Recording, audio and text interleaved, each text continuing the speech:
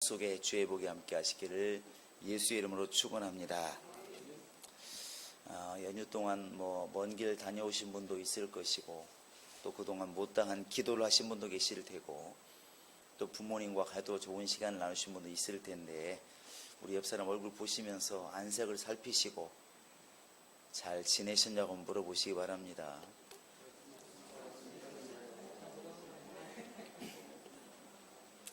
이렇게 인사를 시키면 앞뒤로 좀 하면 좋을 것 같아요.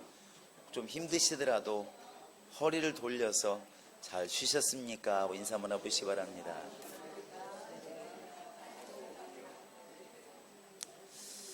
앞에서 들으면 묻는 소리만 들리고 답이 안 나와서 걱정스러운데 여러분 답은 꼭 해주시기 바랍니다. 연휴가 이렇게 사실은 긴 연휴는 아니었죠. 근데 이렇게 아마 부모님이 계신 분들은 부모님을 찾아뵈었을 것이고, 또 부모님이 돌아가신 분들은 또 그때쯤이면 자녀들이 올 나이가 되기 때문에 아마 집에 찾아오는 자녀들과 함께 시간을 보냈으리라 믿습니다.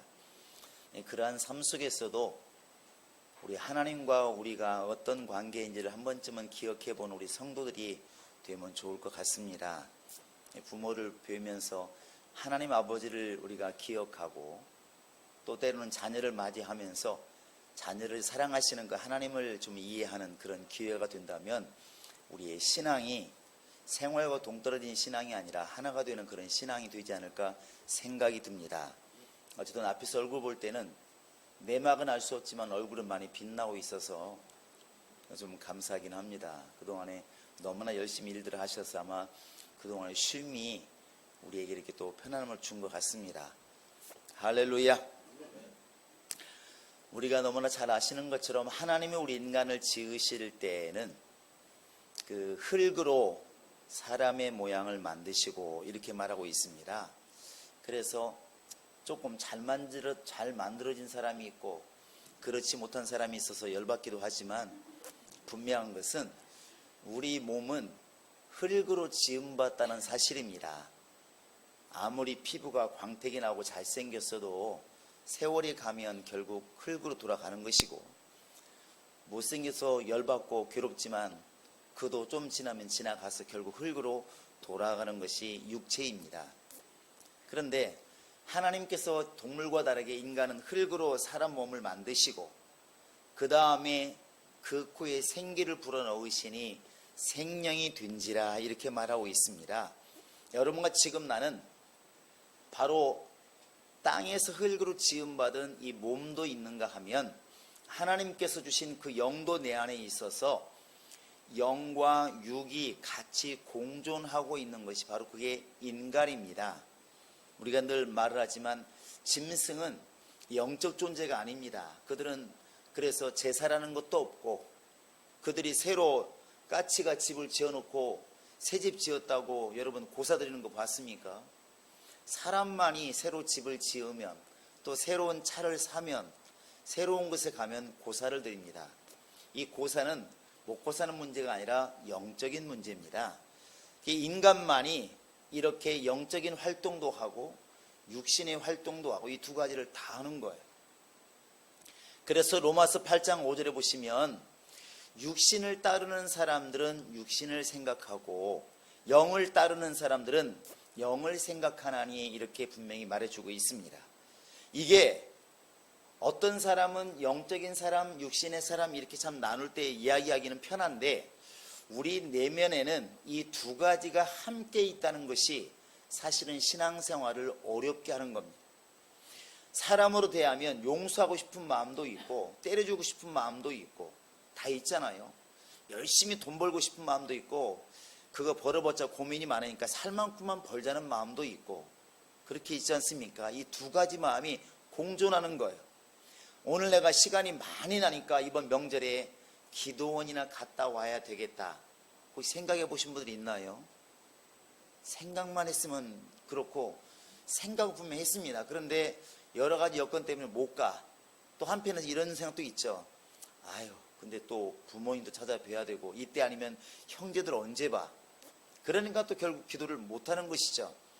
이 두 가지 마음이 항상 이렇게 있다는 겁니다. 그래서 바울도 로마 7장에 이렇게 말하지 않습니까? 내 속에는 또 다른 법이 있어서 내가 하나님의 일을 열심히 하려고 했지만 나를 끄집어 가지고 다른 데로 끌고 가니까 내가 참 괴롭다, 이런 말 많이 합니다.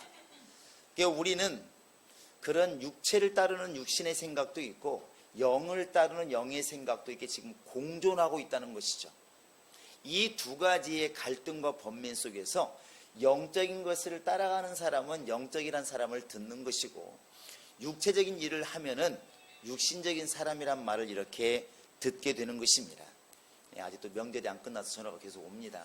여러분 이해하시기 바랍니다.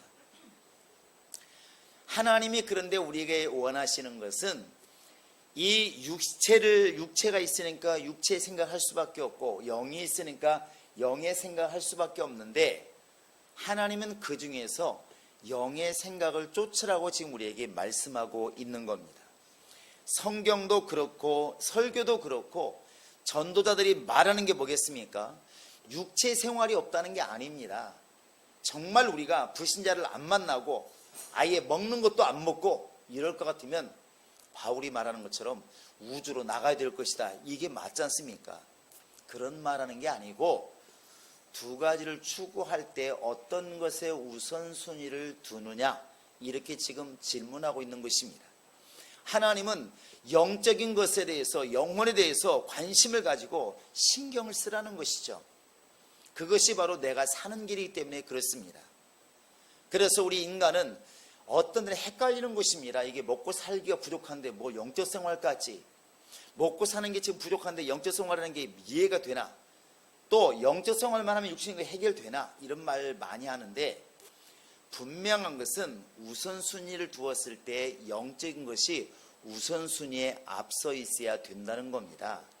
이건 우리가 굉장히 신경을 써야 됩니다. 누가복음 12장에 보면 예수님이 이렇게 예화를 들었습니다. 어떤 사람이 지혜가 있었는지 물려받은 게 많았는지 장사를 잘했는지 모르겠지만 너무나 소득이 많아서 창고마다 그득그득 쌓아두었습니다. 사실 평생 동안 먹고 살아도 남을 만큼 이제 많이 벌었을 때에 그 사람이 이렇게 말한다고 그러잖아요. 속으로 생각하기를, 야, 이제부터는 내 영혼아 쉬자.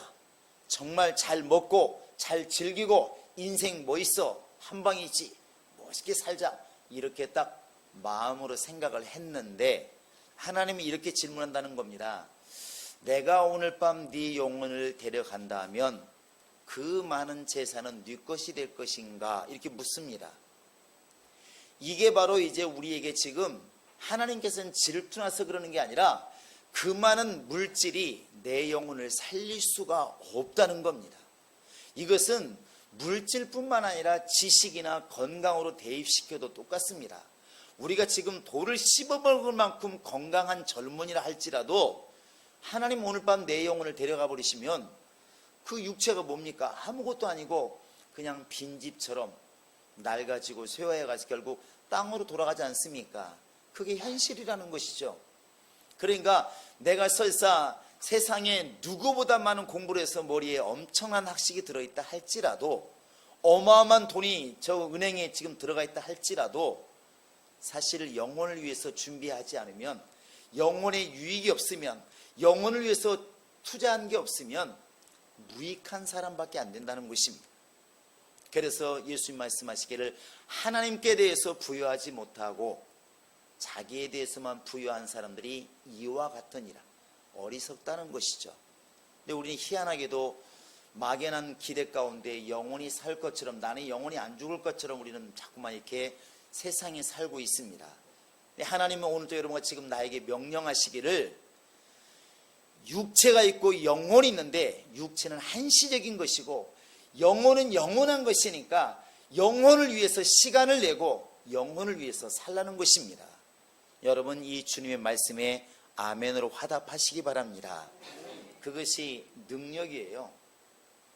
오늘 지금 이 누굽니까? 바로 이 다윗이 이 시를 이렇게 짓고 있습니다. 시를 지었는데 이때가 되게 어려울 때라고 그러죠. 자기 아들 압살롬에게 쫓길 때에 바로 이 시를 지었는데, 이 시는 그냥 괜히 지은 게 아니라 앞에 보시면 알겠지만 한번 62장 앞부분에 이렇게 지금 성경은 이렇게 나와 있습니다. 안내가 다윗의 시, 인도자를 따라 여두둔의 법칙에 따라 부르는 노래 나와 있나요? 네, 안 나와 있는 분 옆에 거 보시면 됩니다. 여기 보시면 그 여두둔이라고 하는 그런 법칙에 따라 부른 노래 이렇게 되어 있습니다. 이게 뭐냐면 같은 시를 지었고 노래를 만들었어도 옛날에 우리 시조 보면 3, 4조 뭐 이렇게 나와 있지 않습니까? 이렇게 조가 있다는 것이죠. 지금도 그런 노래가 있는데 아마 젊은 애들은 모르겠지만 어르신들은 이런 노래 많이 들어봤을 것입니다. 괴지나 칭칭나네 들어보셨나요? 어떻게 시작하나요? 네? 바로 시작한답니다. 어떻게 시작하냐 물어봤더니 어떻게 시작을 해요?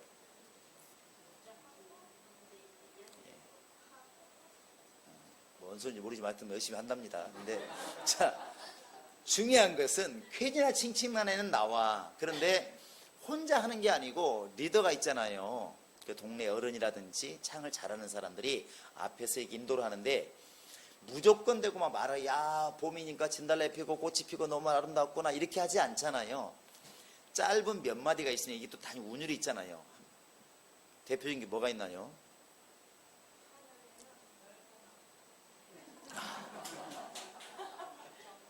아 그렇군요. 하늘에는 별도 많고 땅에는 우리는 찬송가를 해야지 이게 세상을 다 잊어버려요. 하늘에는 별들도 많네. 그러면 칭칭나네. 올해는 농사도 잘 되었네. 멋대로 하는 거예요. 멋대로. 그런데 어쨌든 이렇게 하면 그 노래를 모르는 사람도 상관없어요. 같이 즐길 수 있잖아요. 막 괴자 칭칭나네 이렇게 한단 말이에요. 온 동네 막 괜가를 치면서 징치면서 이렇게 하는데 이스라엘 사람도 한국 성향하고 좀 비슷한 게 많잖아요.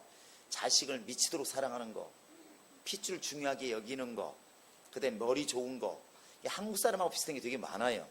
근데 역시 이런 그 글을 읽어도 한국 사람들도 보면은 옛날에 보면은 지금은 좀 아니지만 옛날에 보면은 천자문 같은 거 볼 때 그냥 하늘천 따지 거무리는 누르왕 이렇게 하지 않잖아요. 어떻게 합니까?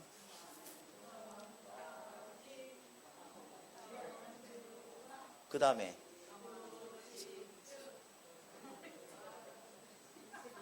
여덟 자를 모르니 이게 참 어떨지 모르겠습니다.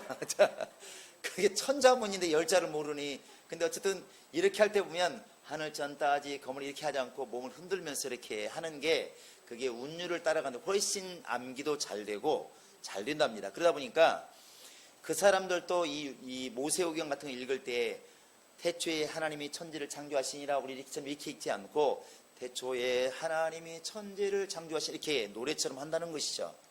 시편도 그런 게 되게 많다고 그럽니다. 그래서 악기에 맞추기도 하고 운율에 맞추기도 하고 이게 이 시도 역시 여둔이라는 그런 법칙에 따라서 이렇게 맞춰서 부른 노래입니다. 우리나라 말로는 글자 수가 안 맞지만 그들로는 그런 게 맞다는 것이죠. 그런데 그러다 보니까 우리나라의 괴지나 칭칭난에 있는 것, 이 후렴구가 있는 것처럼 이 62편도 보면 후렴구가 있습니다. 한번 1절을 한번 읽어보시겠습니다. 1절 시작. 잠잠히 하나님만 바라며 나의 구원이 그에게서 나는도다. 쭉 가다가 5절을 한번 읽어보시겠습니다. 5절 시작.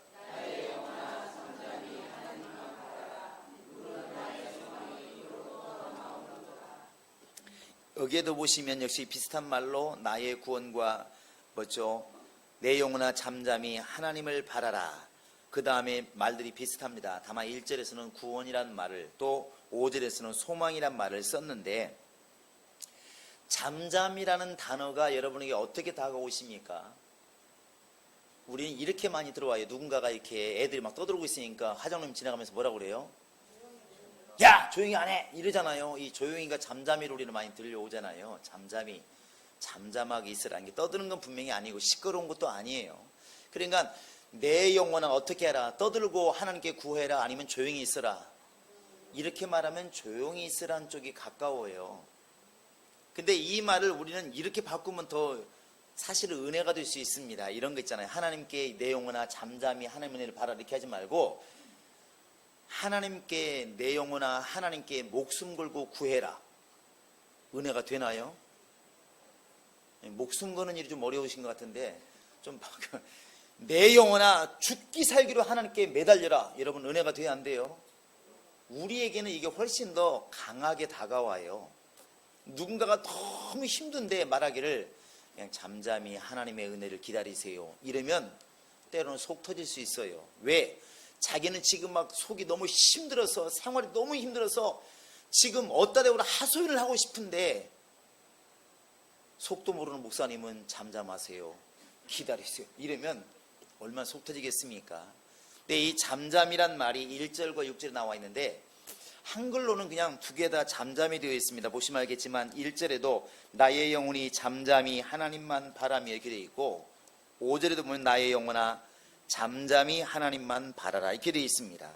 그런데 히브리어에서 도대체 잠잠이라는 게 입 다물라는 얘기인가 참으라는 얘기인가 인내하라는 얘기인가 이게 궁금해서 이렇게 원어를 보니까 앞에 거하고 뒤에 거하고 단어가 달라요. 1절과 5절이 그냥 우리로 성경에는 그냥 잠잠이라고 되어 있는데 내 영혼아 잠잠이 이렇게만 두 개 다 되어 있는데 잠잠이라는 단어가 틀리더라는 겁니다. 우리나라도 이런 단어들이 있어요. 여러분 죽음이란 단어도 몇 가지로 쓰이나요? 엄청나게 많아요. 처음에는 제일 쉬운 게 사망, 그 다음에 북망산청 가셨다, 돌아가셨다, 숨 거두셨다, 그 다음에 뭐 친구들끼리는 밥 숟갈로 왔다, 별 숟갈 다 하잖아요. 이렇게요. 근데 이게 사실은 같은 걸 얘기하고 있잖아요. 단어가 다른 겁니다. 그럼 이걸 영어로 번역하면 뭐겠습니까? 우리는 다 많은 말을 하지만 그들이 볼 때는 그냥 대도 이렇게 쓴단 말이에요. 다 이렇게 쓴단 말이죠. 이것은 언어마다 많이 다른 게 있는데 저 에스키모인들은 눈이 많잖아요. 1년에 거의 절반이 눈이 있으니까 눈에 대한 게 되게 20몇 가지가 된다고 그러더라고요. 흐린 것이. 우린 여러분 눈 몇 가지나 알고 계십니까? 눈. 국어 시간 같아요. 눈을 얘기해 보세요. 눈 각 종류를. 한방눈. 예? 파란 눈도 있군요. 생각해보니까. 자, 그냥 스노우를 얘기할 때, 자, 한방눈, 또, 쌀애기 눈, 진눈깨비. 우박은 눈이 아니죠. 누가 또 우박이라고 합니까? 이게 이상한데. 자, 몇 가지 안 나오는데 그 사람들은 20몇 가지가 된대요. 그러면 동남아의 사람들 생각하면 눈은 몇 가지일까요? 그들은 눈이 없으니까 책에서 보기는 보지만 그냥 눈으로 여긴다는 겁니다. 그들한테 진눈깨비 눈, 쌀애기 눈, 한방눈 이렇게 말해도 눈을 지금 본 적이 없는데 이게 구별이 안 되는 것이죠. 그것처럼 이스라엘 사람들도 언어가 구별되어 있는데 우리로 볼 때는 이게 설명이 어려울 때는 그냥 한 단어로 했었던 게 많이 있는 것이죠. 그렇게 보면 이 잠잠이라는 것이 우리말로는 그냥 같은 단어로 보이는데 쓰이는 용례가 그들은 다를 수 있다는 겁니다. 그래서 1절의 잠잠이는 보통 이렇게 두미야 이렇게 되어 있다고 그래요. 원어로 두미야 히브리어입니다. 이제 그 뜻은 뭐냐면 결국은 하나님이 나에게 줄 것이니까 나를 구원시킬 거니까 이렇게 뭔가를 기대할 때 신뢰가 있을 때 잠잠하라는 것입니다. 내 영혼아 하나님 앞에서 잠잠하라 하는 것은 너 정말 입 다물고 하나님 주실 것들을 바라보고 기대해라. 하나님이 너에게 분명히 주실 거니까 하나님이 너를 구원시킬 것이니까 염려하지 말고 가만히 지켜보면 된다. 이런 뜻을 이렇게 내포하고 있다는 것이죠. 그러니까 앞에 있는 1절에 있는 두미야라는 우리나라 말은 잠잠인데 여기에는 기대와 신뢰 이런 뜻을 내포하고 있다고 그래요. 그런데 5절에 지금 나와 있는 나의 영혼아 잠잠히 하나님만 바라라 이렇게 되는데 이것은 히브리어로 다맘 이렇게 되는 다맘 이렇게 되는데 이 뜻은 뭐냐면 결국 이제 잠자코 있다. 그러니까 이렇게 보통 뜻이 간다는 것입니다. 그럼 무슨 뜻이냐면 내가 지금 말을 할 수 없는 게 아니라 말하기가 어려운 여러분 이런 것들 있잖아요. 이것을 우리가 다윗 입장에서 생각해보면 좀 쉬운데 이 글 적을 때, 이 시편을 적을 때 다윗이 지금 자기 아들 압살롬이 자기를 공격해가지고 왕위를 빼앗길 처지에 지금 있는 그런 상황입니다. 자기 아내들을 데려다가 지금 아들이라는 사람이 저 옥상에서 대낮에 능욕을 보고 이런 상황이죠. 그러니까 다윗 입장에서 이게 사람들 보기도 창피하기도 하고 하나님께 뭐라 말할 수도 없고 너무나 자기 위치가 지금 어렵다는 것입니다. 그러니까 내 영혼아 잠잠히 하나님만 바라라 이렇게 말하는 것이 그냥 평안해서 지금 그런 것이 아니라 차마 누구한테 말하기도 어렵고 누구한테 자랑할 수도 없고 고백하기도 어려운 이런 상황이라는 것이죠. 이 압살롬이라는 사람이 바로 다윗의 아들인데 다윗은 아이들이 많이 있습니다. 아들들이 많이 있는데 물론 솔로몬처럼 지혜로운 아들도 있고 압살롬처럼 잘생긴 아들도 있습니다.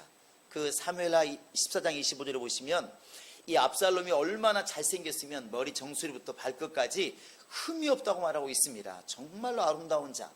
근데 사실 외모가 아름다운 것이지 믿음이 좋은 건 아니던가 봐요. 결국 아버지 자리를 탐내고 꼬임에 넘어가서 결국에는 이제 죽게 되지만 그 압살롬이 자기 아버지를 죽이려고 하고 쫓아내고 왕의 자리를 탐내게 되었을 때에 그 아들 때문에 그 집안이 완전히 엉망이 되고 나라가 엉망이 될 때에 다윗 입장에서 무슨 말을 할 수 있겠냐는 것입니다. 차라리 내가 아프면 히스기야처럼 하나님 나 좀 고쳐주세요 이렇게 말할 수 있고 나라가 어려우면 하나님 이게 내 나라입니까? 하나님 좀 나를 구해주세요 이럴 수가 있는데 자식이 나를 공격하고 자식이 이렇게 나를 죽이려고 덤빌 때에 어디다 대고 얘기를 하겠냐는 것입니다. 왕이지만 백성에게 말을 하겠습니까? 친구에게 말하겠습니까? 하나님께 말하겠습니까? 너무나 민망한 것이죠. 이때 우리 쓰는 말이 입이 10개라도 할 말이 없다. 가끔 우리도 그러잖아요. 교인들끼리도 너무나 이렇게 난처한 일을 당했을 때 위로하지 않습니까? 집에 가서 집사님 뭔 말 좀 해봐 이러면 내가 입이 10개라도 말 못해요. 내가 무슨 말을 하겠어. 내가 민망해서 창피해서 말도 못하겠어. 이때 쓰는 말은 지금 하고 있잖아요. 말을 하고 있는데 이렇게 언어를 말을 못한다는 게 아니라 사실은 이 사건을 내가 끄집어내기가 창피하다, 민망하다는 것이죠. 지금 다윗 입장에서 하나님께 왔을 때 옛날 같으면 하나님 올라가리까 말리까 내가 전쟁하러 갈까요 말까요 막 기도를 많이 하는데 이때는 하나님께 나가서 뭐밖에 못하겠습니까?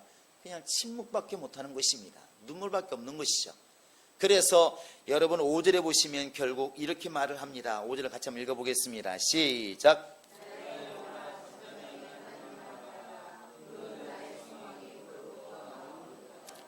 나의 소망 내게는 끝났다는 겁니다. 내가 무슨 소망이 있는가? 지금 이 상황에서 자식에게 쫓기고 나라를 지금 잃어버린 이런 상황에서 내가 무슨 말 할 수 있을까? 나로부터는 소망이 없다. 그러면 지금부터는 하나님이 나를 살리시면 사는 것이고 하나님마저 나를 외면하시면 나는 끝이라는 얘기죠. 그래서 바로 두 번째 5절에서는 바로 이제 잠자코 있겠다. 그것입니다. 하나님이 나를 살려주신다면 사는 것이고 하나님이 살려주지 않으면 살 수가 없다. 나의 소망, 내가 사는 길은 오직 하나님께 달려있다. 이런 뜻을 가지고 이제 잠잠하다는 것입니다. 내 입으로 나의 의를 말할 수 없고 내 부족함이 너무나 많아서 감히 말할 수가 없더라는 것이죠. 이게 신약에 오면 이런 장면이 있습니다. 예수님께서 베드로에게 말합니다. 밤새워 고기 잡은 베드로에게 야 베드로야 오른쪽에 그물을 던져라 그러니까 베드로가 뭐라 말합니까? 내가 밤을 새워서 고기 잡은 사람입니다. 고기가 잡힐 것 같으면 벌써 잡혔지 이렇게는 말하지 않았지만 마음이 그렇다는 것이죠. 예수님께서 야 배 오른편에 그물을 던져라 그러니까 내가 밤이 맞도록 수고하였지만 잡지 못했는데 주의 말씀을 의지해서 내가 그물을 내리리이다 하고 그물을 딱 내렸습니다. 그랬더니 고기가 얼마 잡혔습니까? 그물이 찢어질 만큼 이게 잡혔어요. 근데 그때 베드로가 한 행동이 있습니다. 뭐 했을까요? 여러분과 지금 나 같으면 하나님께서 말씀하십니다. 야 뭐 좀 해봐라고 해서 했는데 안 될 것 같은데요. 해보라니까 했더니 돈이 엄청 걸렸어. 그러면 뭐부터 하냐? 우리는 감사부터 해요. 그렇죠? 감사도 안 할 모양인데 걱정스럽습니다. 여러분 은혜 받으면 감사하시기 바랍니다. 근데 베드로 우리 같은 보통 감사합니다 할 텐데 베드로는 바로 무릎을 꿇었어요. 그리고 이렇게 말합니다. 주여 나는 죄인으로소이다. 나를 떠나소 이렇게 말을 해요. 아니 어쨌든 간에 순종했잖아요. 뭐 그게 좀 불만이 있었던 괴로웠던 금을 내렸어요 안 내렸어요? 고기 잡았어요 안 잡았어요?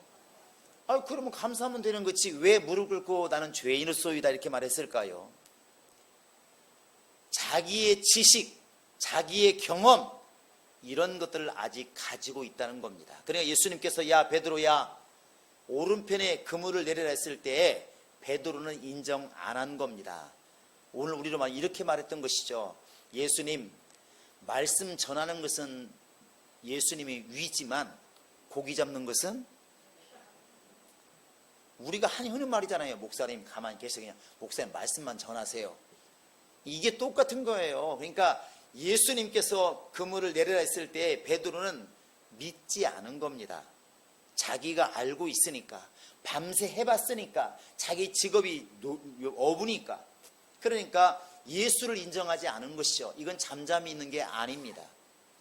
그러니까 예수의 말씀처럼 딱 했을 때 고기가 잡히니까 곧바로 그냥 무릎을 꿇은 겁니다.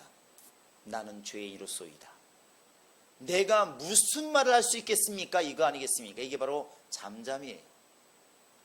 우리가 지금 주님 앞에 나아가면서 가져야 될 믿음은 잠잠히 하나님의 은혜를 바라봐야 되는데 그건 두 가지 측면이 있다고 생각합니다. 하나는 이 세상의 천하 만민에게 우리 영혼을 살리고 구원하실 분은 예수밖에 없다. 하나님만이 나를 구원하시고 나를 살리실 것이라고 내가 믿는 겁니다. 두말하지 않는 것이죠. 할렐루야.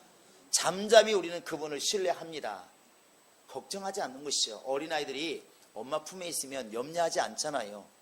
그런데 부부간에는 그런 신뢰가 잘 없는 것 같아서 남편이 뭐 하면 아내가 계속 뭐라 그러고 아내가 뭐 하면 남편들이 잔소리를 많이 하는 것은 못 믿겠다는 것이거든요.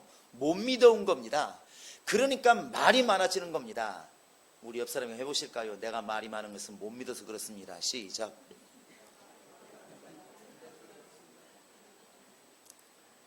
이게 못 믿어온 거예요. 그러니까 저도 뭐 이번에 명절 하니까 저희 어머니가 지금 79세. 그런데 제가 볼 때는 엄마 걱정이 내 걱정이 아닌데 어머니는 누굴 걱정하고 있어요? 1시간 동안 설교 들었습니다.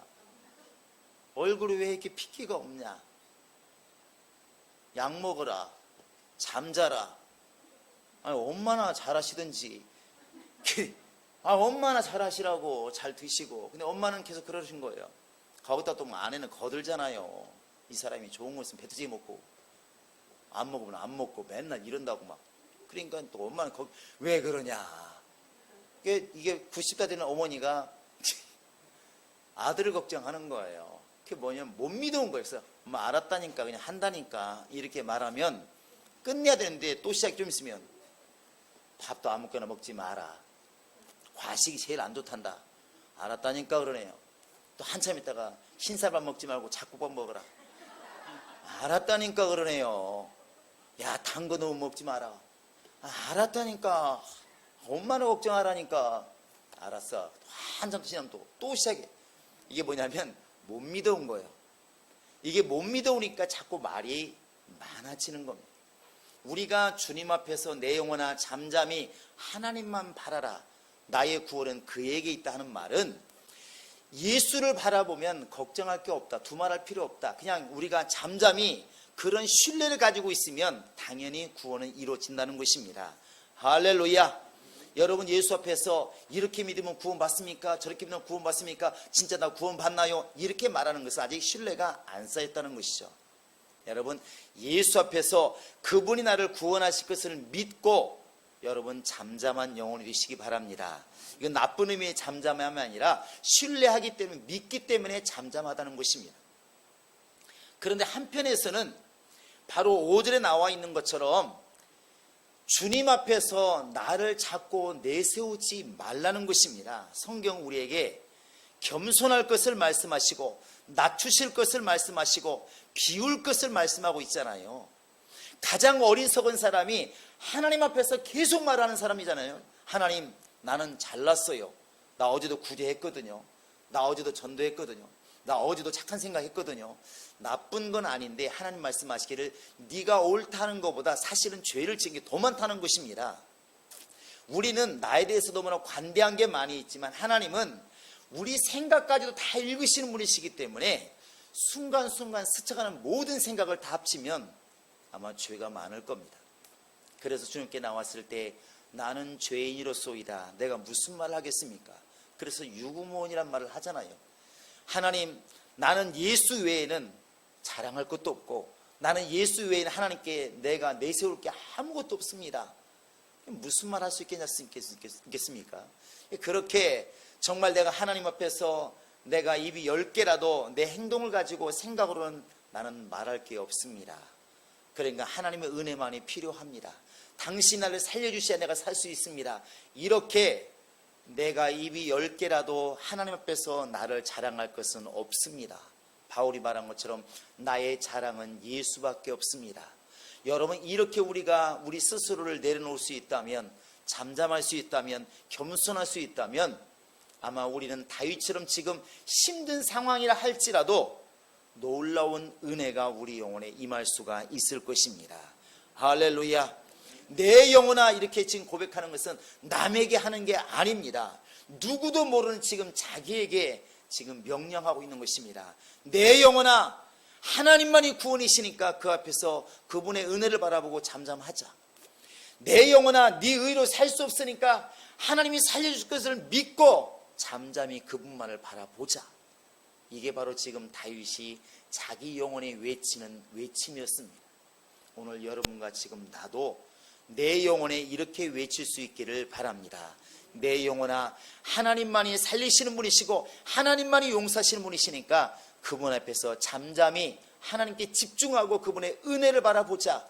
여러분, 이렇게 자기 영혼에 명령할 수 있기를 주의 이름으로 축원합니다. 우리 한번 해보겠습니다. 내 영혼아, 내 영혼아, 하나님만 잠잠히 바라라. 이 시간 다 같이 우리